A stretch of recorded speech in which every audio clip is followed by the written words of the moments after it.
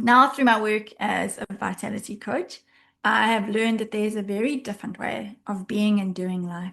And it's one that honors all of our natural rhythms and cycles and the ebbs and flows without actually resisting them. I've now helped hundreds of people to reclaim their energy without sacrificing their success. And that's what I want to share with you today, is how to do that. The Fatigue to Flow podcast offers a deep, transformative approach to healing burnout and chronic fatigue. Going beyond surface level fixes like stress management or supplements, we explore the real roots, nervous system imbalance, harmful psychological patterns, and the mind-body connection. Chronic fatigue isn't just a condition, it's an opportunity for awakening to your greatest self. Each episode blends personal experience with practical tools. If you're ready for lasting vitality, joy, and flow, this episode is for you. I'm going to flip everything that you think you know about productivity on its head, and a lot of what you may have heard about chronic fatigue and burnout.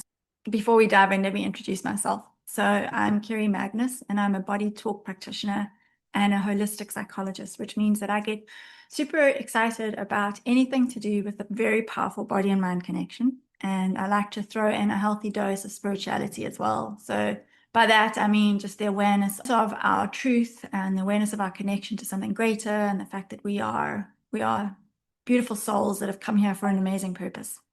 And sadly, chronic fatigue and the burnout often gets in the way of that happening. But I believe that in many cases, it's actually the gift to help us to find it. And that's what I found with many of my clients. So I burnt out very badly. I experienced chronic fatigue and a huge big crash in 2012 after some dips for a couple of years. And as a result of my healing experience, my journey, which took about 5 to 6 years, I pivoted and changed my practice to focus on supporting women to express their gifts, to share their gifts in the world, without burnout keeping them small and stuck, depleted. So I've now spent 10 years helping women like you to let go of the old burnout patterns that have kept them stuck. So I used to be that person that wore my exhaustion as a badge of honor. I thought that it made me important. I thought that being constantly frazzled and stressed and busy was a measure of success. Of course, I had to learn the hard way, and it impacted my health massively. It impacted my relationships, and there are many years of my children's early childhood that I regret and wish I could have back, so I could have been a more present and involved mother. And of course, ironically, it also impacted my productivity. So in trying to be so productive, I actually wasn't helping myself at all. Now, through my work as a vitality coach, I have learned that there's a very different way of being and doing life. And it's one that honors all of our natural rhythms and cycles and the ebbs and flows without actually resisting them. I've now helped hundreds of people to reclaim their energy without sacrificing their success. And that's what I want to share with you today, is how to do that. So this is what I'm seeing in the world. Brilliant, capable people burning out at record rates, mostly women, or those who identify as women. People pushing through exhaustion and feeling guilty about having rest. And then people wondering why they just can't keep up with others, right? We really have this tendency to compare ourselves. And again, I think this is more so with women. If they can do it and I can't, what's wrong with me? So by the end of this, what I'd like to help you to know is that there's 3 very massively destructive myths that are very pervasive in our dominant cultural narrative, and that keep us stuck in the cycle of fatigue. I'd like to share with you why your body's actually designed for cycles and not constant productivity, and then my own simple 3-step process to break free and to reclaim your vitality. So here we go. This first myth is that our energy is not the same every day. We cannot produce in the same way every day. Yet this is a belief system that we have that we should be able to copy and paste yesterday onto today. So if I could do that yesterday, I should be able to do it today, and I should be able to do it tomorrow. And if I can't do it, then I need to reach for the Barocca or a stimulant because I should be on all the time, right? But this copy and paste is not possible because we are actually not biologically wired to function in the same way every single day. We are not, there's such a large amount of automation in our lives that it's actually not surprising that we think that we should be machines and function like robots. Our ancestors lived very differently. They had a very, very different understanding of how to do it. So if you just picture a cave somewhere and a beautiful pink sunrise spreading in the sky, and then they all start to shuffle outside and light their fires and make their breakfast. And throughout their day, there would have been regular stopping, like pauses to eat, to rest.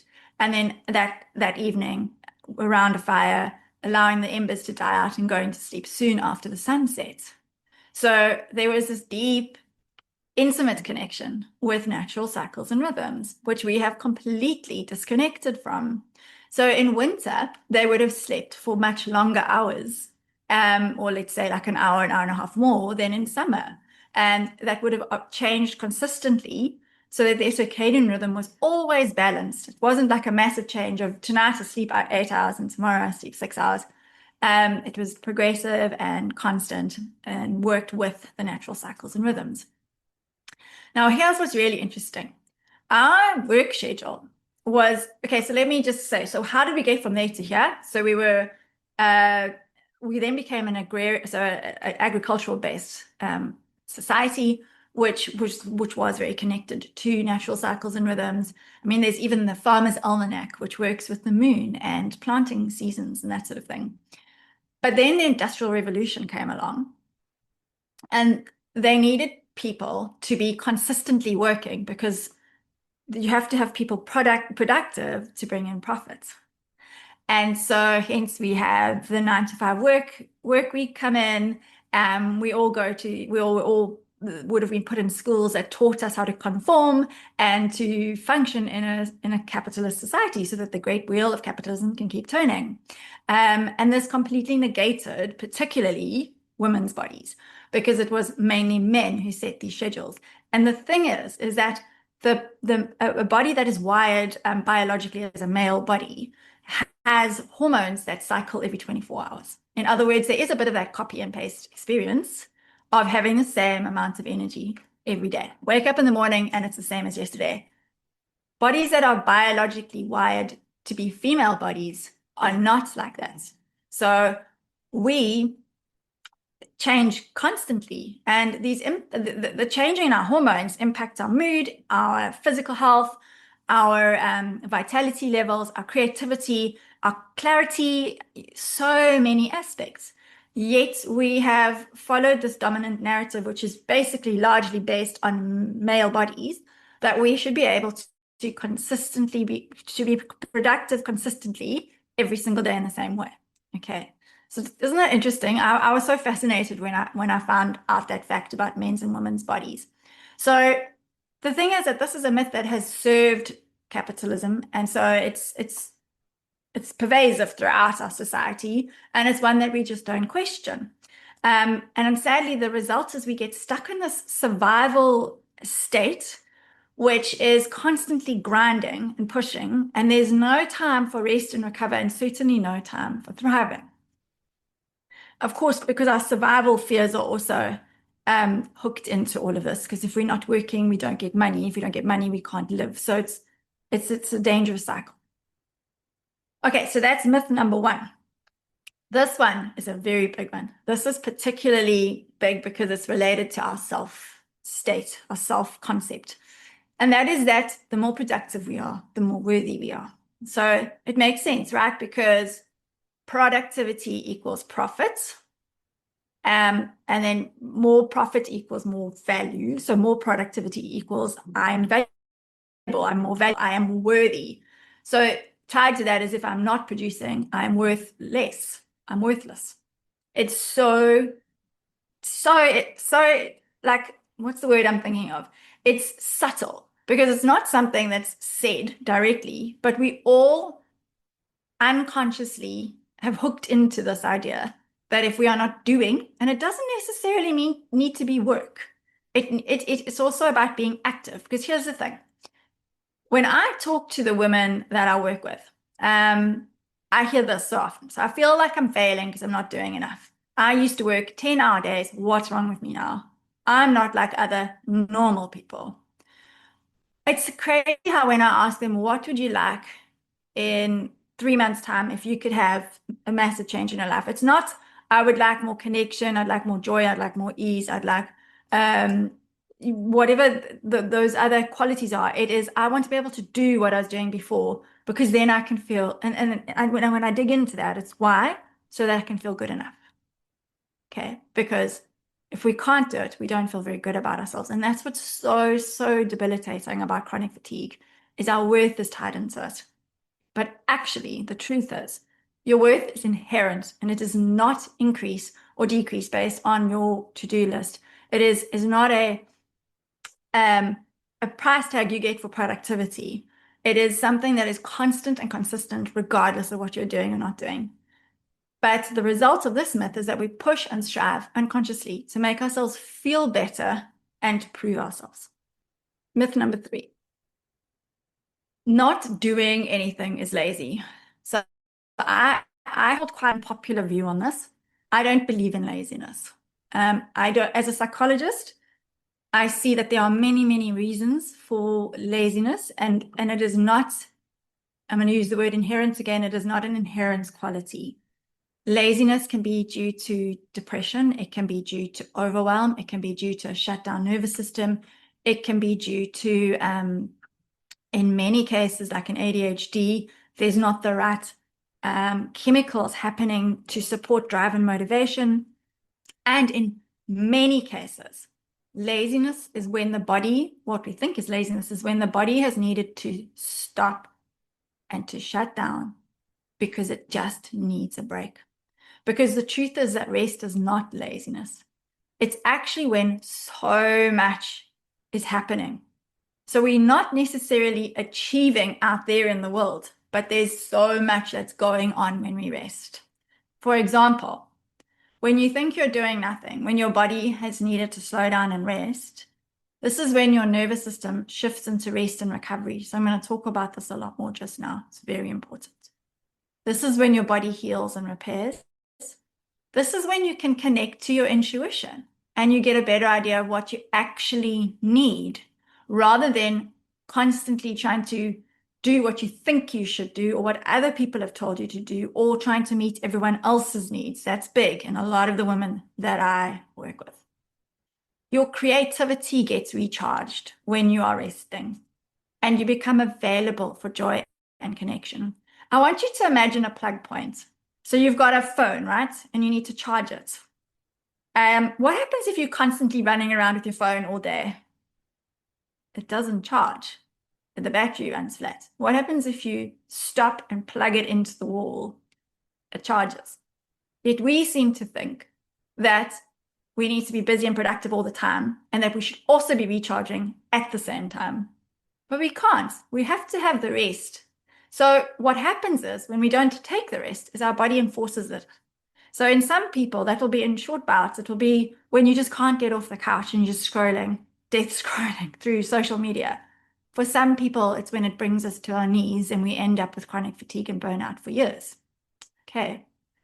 So just to really bring this into focus, like, have you noticed that some of your best ideas that you get are when you're not doing anything? It's when you're on the toilet, in the shower, just about to fall asleep. That's why we need these times. They are as important as the actual doing time. Okay. So the result of all these 3 myths is that we disconnect from our body. We push through and don't listen to the signals. We are not aware of what our bodies need, and we don't give it that. And ultimately we crash. So what is actually the link between too much of this being on and the chronic fatigue itself? This is where the body-mind comes in. It's nervous system imbalance. So when we are in go mode, generally our nervous system is slightly activated. It will be in sympathetic state, which is like foot on the accelerator, foot on the gas. When we are in that state, biochemical changes happen in our body. And those biochemical changes are fine over short term because they're necessary. They're necessary for us to get things done we need to get done. When it is happening consistently, which is the case with most of the women that I work with, we actually begin to have a dysregulated nervous system that cannot come back into the rest state, which is also with the rest and recover state, parasympathetic state. It's even greater than that. Our mitochondria, which are the powerhouses in every single cell, take the cue from our nervous system, from our brain, that when there's a perceived threat, the mitochondria stop producing energy and they go into what's called cell danger response. So they shut down to conserve. It's self-preservation. And for people with long-term chronic fatigue, their nervous systems have got stuck in self-preservation. And so a huge part of this is being able to signal safety to the body, which only happens when we rest. So this is really big. So what has the solstice got to do with all of us? The solstice is the reminder that the one thing that is constant is change, that we are constantly ebbing and flowing in our energy levels, in our physical state, and we see that in the seasons. Okay, and so at the moment, obviously, in the northern hemisphere, we're at the peak of summer, and in the southern hemisphere, we're in the peak of winter. I want to describe this in terms of masculine and feminine energy. There is masculine is typically the go energy, the doing energy. Feminine is the being energy. Feminine is about being in the body. It's about being with your emotions. It's about being creative. Masculine is not just about doing and movement. It's actually also healthy masculine is also about a container. When we have that container and that safe, quiet space, then the feminine can arise with the creativity, and then the masculine gives it shape and movement and brings it forward into form of some sort. So they have to work together. But what our distorted society has done is we have overemphasized masculine and disconnected from feminine. So we have this excessive doing without the stillness and resting. All right. And in each natural cycle, so I'm talking here seasons, lunar cycle, and the menstrual cycle, there are 4 phases. 2 of them are masculine and 2 of them are feminine. So for instance, new moon is feminine. It's dark. So a lot of these have to do with the amount of light that is available and the impact through our pineal gland on our hormone cycle, endocrine system. So there's a lot of science that backs this up. This isn't woo. And so darkness in new moon is feminine. It is when we are going to have less energy. As the moon goes from half moon up to full moon, that is a masculine phase. We have more energy and we have more inclination to do and produce. Then full moon down to half moon again, also masculine. But then from half moon down to new moon, we go back into that feminine energy again. So this is where we're at right now. So in terms of the lunar cycle right now, we're in waning moon. And for those of us in the southern hemisphere, we're in the deepest, darkest winter. So we are in the time when our bodies are naturally programmed to hibernate. And we are naturally inclined to want to conserve energy, to be alone. We tend to want to be more social in the more masculine times. And what happens if we ignore? So just to say, in the menstrual cycle, the first phase, the menstruation phase, is feminine. Then the follicular phase, so roughly 7 to 14 days, is masculine. Ovulation, 14 to 21, roughly, is masculine. And then feminine is that PMS, that so-called PMS phase, the luteal phase, the last 7 days. If we don't honor the feminine phase, particularly the first phase, if we don't rest like our body needs to at that point, we battle throughout the rest of the cycle. So instead of having lovely experiences of creativity and energy and vitality And then coming down a little bit to rest, we flatline. So we actually end up having not much energy the whole way through the cycle because we haven't built up that beautiful foundation of rest and vitality that is so available to us in the feminine times. Because when we rest during that time, the investment in rest gives us far greater rewards than when we rest little bits here and there all over the show. Okay. So it's so important to pace ourselves and to honor these cycles to have more vitality, flow, and ease. Now, a lot of you're probably going to be thinking, but if I rest, then I'm not going to get anything done. Now, I really wanted to share this with you, and this is not a myth, this is fact. You can go research it. Parkinson's law states that the work we have to do will expand to fit the space available for it. In other words, if I have 5 hours to do a project, I'll do it in 5 hours. If I have 3 hours to do a project, I'll do it in 3 hours. What we tend to do is say, oh, I've only got 5 hours to do this project. I don't have any time to rest. I need to push through. The truth is that when you take little breaks throughout that period of time, you still manage to get it done. And in fact, often you'll get it done faster. There's other logic to this, which is that when you have a break, your nervous system goes into rest and recover, your creativity, your feminine aspects can start to really flourish, and you bring that productivity back to the table when you go back to work again.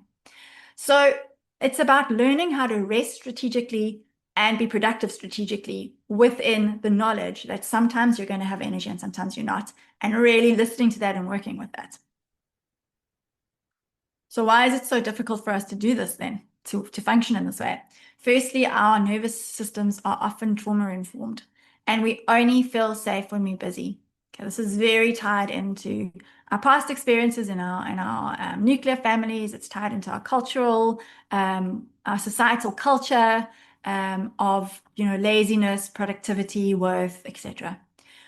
We will always choose a familiar hell versus an unfamiliar heaven. So our nervous systems are constantly looking for a perceived threat.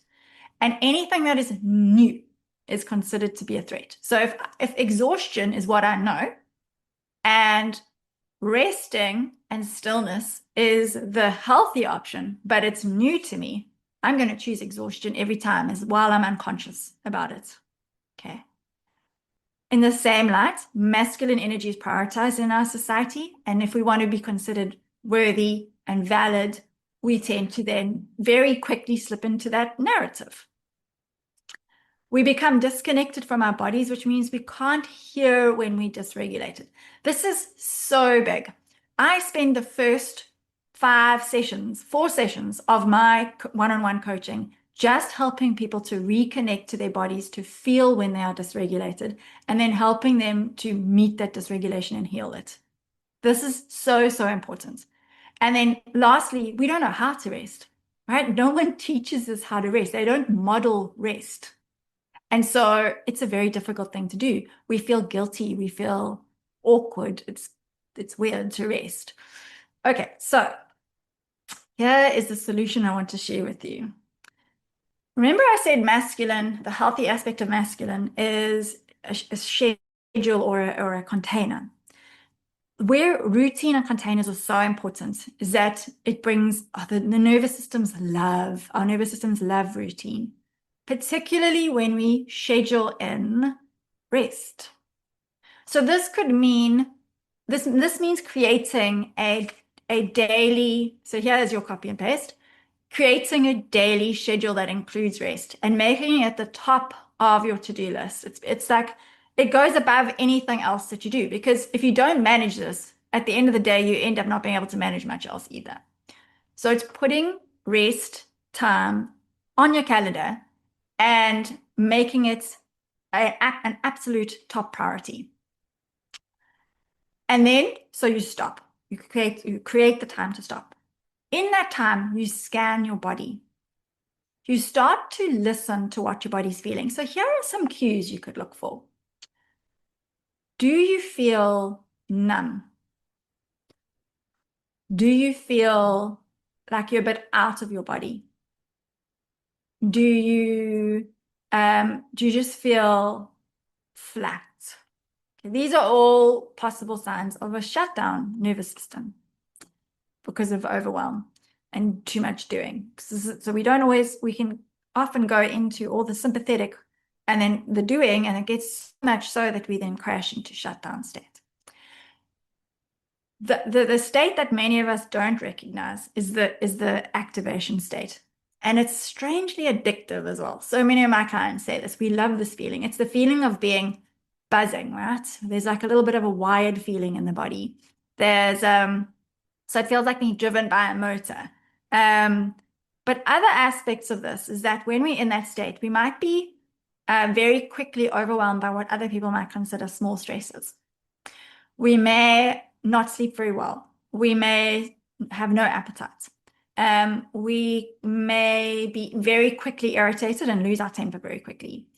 These are all signs that we've gone into a sympathetic state, a fight-flight state, and that we need to help bring our body back into a winter. So we've been spending too much time in the summer, and we need to bring our body back into a winter state. We need to introduce more of that wintering. What happens then? How can you do that? So I'm going to share with you two. So these are just two of many nervous system practices. What I usually do is like to help my clients to figure out what their predominant nervous system state is and then guide you to what your best nervous system practices are. The VU breathing will support you in most states of nervous system. And yes, no as well. That's why I chose them. They're more kind of generalized. What they do is they address vagus nerve toning and your autonomic nervous system. Okay. So the first one, you put your finger up in front of you. Focus on, you don't have to use your finger. You can use, like I could look at the camera and use that as my focal point. And you gently nod your head up and down while keeping your eyes fixed on this point. And what you're going to look for is a sigh. You're going to look for a softening in your body, a yawn, or there we go. Remember, and I've been doing this for a long time. It took me a while to start to notice the differences. Or you might look for emotions surfacing. So do this around 10 times. You may not notice anything the first, second, third time. It might take you a while. And then you're going to do, so that's a yes. And then you're going to do a no, keeping your eyes fixed on that point. Okay, so this is important. Let me share this with you. We all have different ways of decompressing. I tend to yawn. Some people will say, like I said, there's all these different ways. And the more you do it, what you're doing is you're strengthening that new neural pathway that you're creating around a rested state. You're building the tolerance and the capacity to the capacity to move back into that state and stay there for longer. And so I can't tell you how having done these practices has made such a difference to my life, because now I can do them and very quickly go back to that place, whereas it was not like that when I first started. And in general, my nervous system is just a lot more rested and more easily balanced and in a place where it can recover. Okay, so that's yes and no. VU breathing, you take a breath in, and then as you breathe out, you say the sound VU, but you hold the vibration. So it's like this. VU. So as you'll actually feel the vibration on your lips. So it's not just the actual deep breathing, because we can only breathe slowly and deeply when our nervous systems are in a state of rest and recover. So by breathing slowly and deeply, you're signaling to the brain and the nervous system, I am safe, which is it's a lovely reverse feedback cycle. But vibrations tone the nervous system. So you can hum too. You can also breathe in.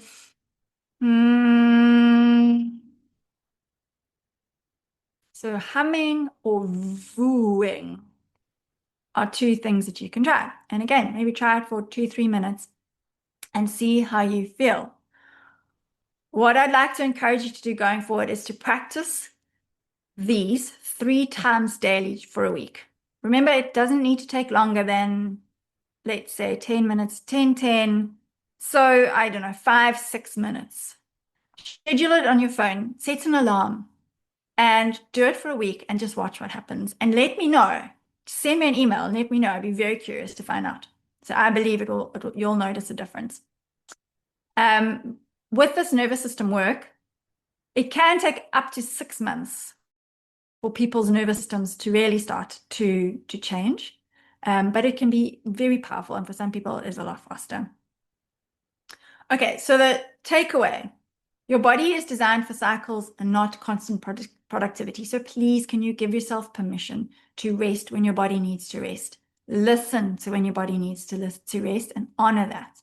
It doesn't make you any less worthy when you're resting. In fact, it is such a deep gift you're giving to yourself. And your rest is not laziness. It's when your body does its most important work. So now, for those of us in Southern Hemisphere, we need to really take this time and honor this.